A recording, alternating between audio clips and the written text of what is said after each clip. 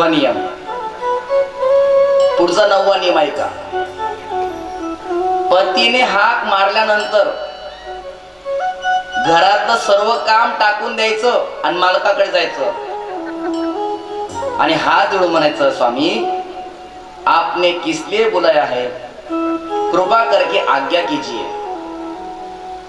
आणि तुम्ही सुद्धा स्वामी सारखं वागत चला, तेव्हा हे स्वामी म्हणत जातील. तुम्ही जर गटाळामध्ये डोळत गेले तर मग चपल्याने पूजा करतील.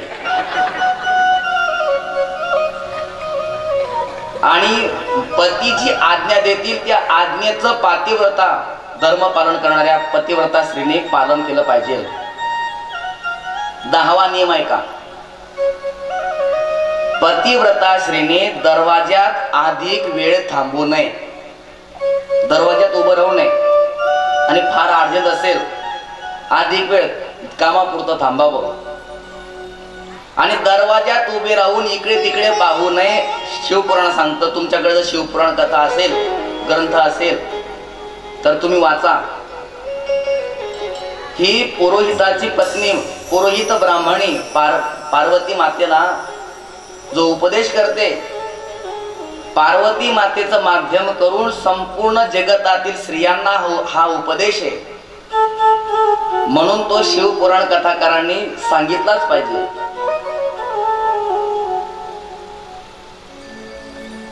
यानंतर आपल्या पतीला सोडून दुसऱ्याच्या घरी जाऊ नये. आणि फार अर्जंट असेलच तर पतीची आज्ञा घेऊनच गेलं पाहिजे. हा झाला 10वा नियम. 11 नियम ऐका. एखाद्याकडून गुपित रहस्य ऐकायचं आणि दुसरीकडे सांगायचं, म्हणजे इकडून ऐकायचं आणि तिकडे लावालावी करायचं, असं चुगली करायची नाही. 12वा नियम. पतीच्या आज्ञेशिवाय तीर्थयात्रेला सुद्धा जायचं नाही. गावामध्ये यात्रा आहे, उत्सव आहे, तिथे सुद्धा पतीच्या आज्ञेशिवाय जायचं नाही. 13वा नियम. पण फारच इच्छा असेल तीर्थयात्रा करायची आणि पती जर जाऊ देत नसते तर काय करावं. त्या पतीच्या पायाचं पाणी, त्याला पतीचं चरणोदक म्हणतात, ते चरणोदक त्या पतिव्रता स्त्रीने प्राशन करावं. कारण पतिव्रता स्त्री करता पतीचे चरण, त्या चरणाचं उदक हे संपूर्ण जगतातल्या तीर्थापेक्षा पवित्र तीर्थ आहे. कोणा करता? पत्नी करता पतीच्या चरणाचं तीर्थ हे सर्वात मोठं तीर्थ आहे. पतीच्या चरणाच्या त्या पाण्यामध्ये जगातले सर्व तीर्थ आणि क्षेत्र वास्तव्याला असतात, यात संशय नाही. 14वा नियम आहे.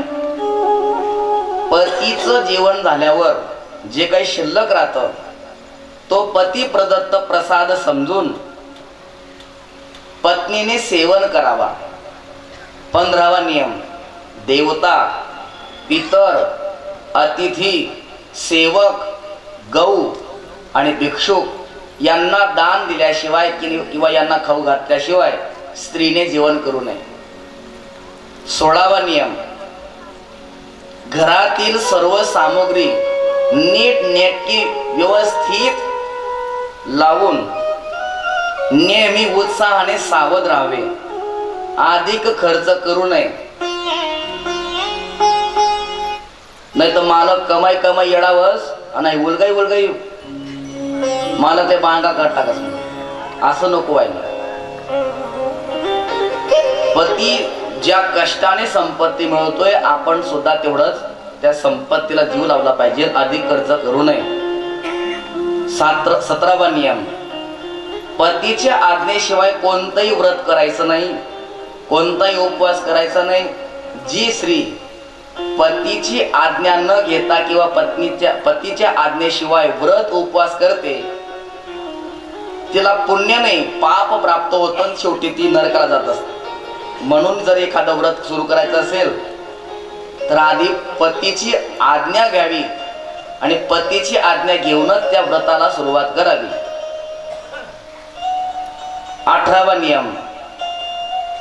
पती जर आनंदात बसले, सुखात बसले, शांततेने बसले तर त्यांना कधीही आवश्यक काम असेल तरी सुद्धा त्यांना बोलवून त्रास देऊ नये. नाही इकडे डबा उतार द्या, मला खाल्ला पडतीवरला खाली उतार द्या. आता शिवपुराण जे सांगतंय ते मी तुम्हाला सांगतोय, तुम्हाला वाचायचं वाचू शकता तुम्ही घरी, ती हिंदीमध्ये पण. हे मी तुम्हाला मराठीत अनुवाद करून सांगतोय. 19वा नियम असा आहे की आपला पती कसाही असेल,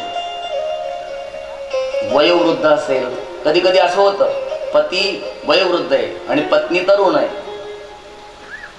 आपला पती वयोवृद्ध असेल, रोगी असेल, दुर्गतीमध्ये सापडलेला असेल, सुखी असो नाहीतर दुःखी असो, कसाही असला तरी पत्नीने आपल्या पतीचा कधीही अपमान करू नये.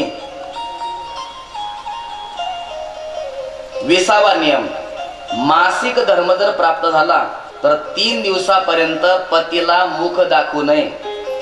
4थ्या दिवशी स्नान करून प्रथम पतीचं दर्शन घ्यायचं आणि पती जर परगावी गेले असतील तर पतीचं ध्यान करून सूर्यनारायणाचं दर्शन घ्यायचं.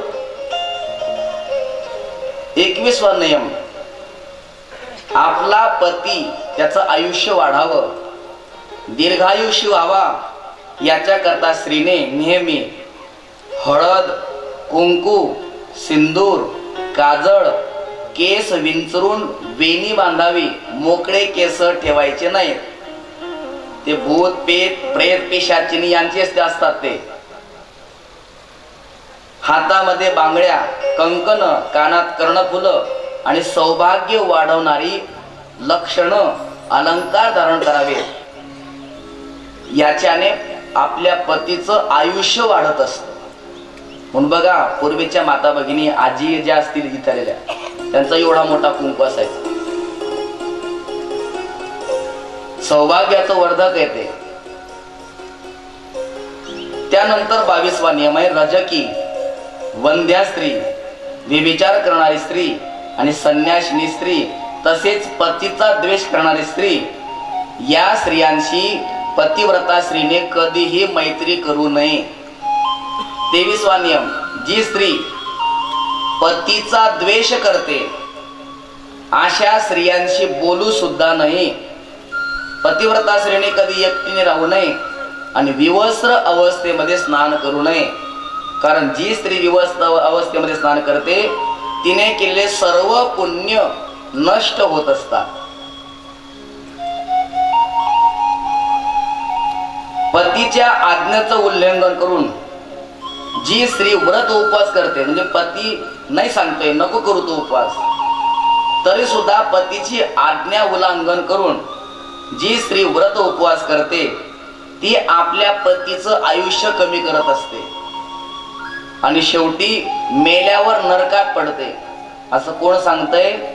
पुरोहिताची पत्नी ब्राह्मणी माता पार्वतीला. 25वा नियम, जी स्त्री क्रुद्ध होऊन आपल्या पतीला प्रत्युत्तर देते, उलट बोलते, तिला पुढच्या जन्मामध्ये गाव कुत्रीचा जन्म प्राप्त होत असतो. म्हणून पतीला उलट बोलायचं नाही.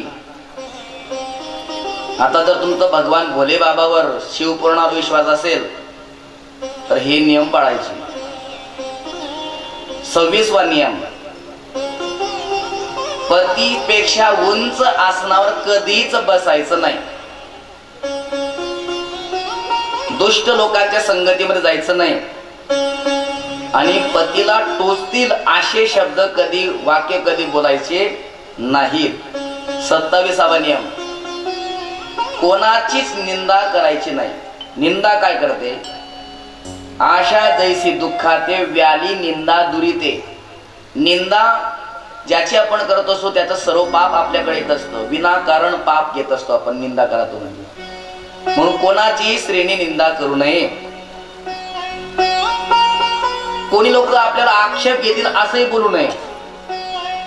आणि भांडणाचा तर दुरूनच त्याग करावा. जिथे भांडण होत असेल तिथे जाऊ सुद्धा नाही, दरवाजा बंद करून घ्यावा. पण काही काही मनाचा स्वभाव असतो, थोडं काही गलीमध्ये सुरू झालं रे झालं स्वयंपाक सोडून देतील अगोदर ते पाहिलं जाते कोणा कोणाची भांडण आहे असं माहिती घेतल्याशिवाय त्यांना बरं वाटत नाही. पण शिवपुराण सांगतं की कलहाचा दुरूनच त्याग केला पाहिजे. आपले गुरुजी आपल्यापेक्षा ज्येष्ठ सासू सासरे वयोवृद्ध माणसं यांच्या समोर जोर जोरात बोलू नये आणि जोर जोरात हसू सुद्धा नाही. पतिव्रता स्त्रीने 28 क्रमांकाचा नियम. माता पिता पुत्र आणि बंधू हे स्त्रीला फक्त अल्पकाळ सुखी ठेवू शकतात, परंतु अंतिम क्षणापर्यंत सुख देण्याचं काम केवळ पतीच करत असतो. म्हणून यांचा पक्ष न घेता पतीचा पक्ष घ्यावा. समजा होऊ नये असं, पण माहेरी आल्यानंतर बापाचं मालकाचं भांडण झालं, तू कोणाचा पक्ष घेणार? जरी पतीचं चुकलेलं असलं तरी सुद्धा स्त्रीने पतीचीच बाजू घेतली पाहिजे. त्यानंतर पती हा पतिव्रता स्त्री करता देव आहे, गुरु आहे, भरता आहे, धर्म आहे, तीर्थ आहे. तिला इतर कोणत्या तीर्थाला जायची गरज नाही. हा पतीची सेवा करून जर तीर्थयात्रा करत असेल तर ते सोने पे सुहागा, सोन्याहून पिवळी गोष्ट आहे. जी स्त्री आपल्या पतीला सोडून परपती बरोबर एकांतामध्ये जाते ती स्त्री पुढच्या जन्मामध्ये वृक्षाच्या खोप्यामध्ये राहणारी घोबड होते. म्हणून पतीला सोडून परपती बरोबर रती करणारी एकांतात जाणारी पुढच्या जन्मामध्ये घोबडाच्या जन्माला तिला जावं लागतं. त्यानंतर 31वा नियम आहे. जी स्त्री पतीने मारझोड केल्यानंतर आपण सुद्धा पतीला मारझोड करायला पाहिजे असं वाटतं तिला, तर ती पुढच्या जन्मामध्ये वृषभ भक्षण करणारी वाघीण होते. म्हणजे बैल खाणारी वाघीण होते ती पुढच्या जन्मामध्ये. ज्या स्त्रीला वाटतं की पतीने जसं आपल्याला मारलं ना तसं आपण सुद्धा 2-3 दंगा ठिठी होतो असं तिला वाटतं, ती पुढच्या जन्मामध्ये बैल खाणारी वाघीण होते. 32वा नियम आहे. जी स्त्री पती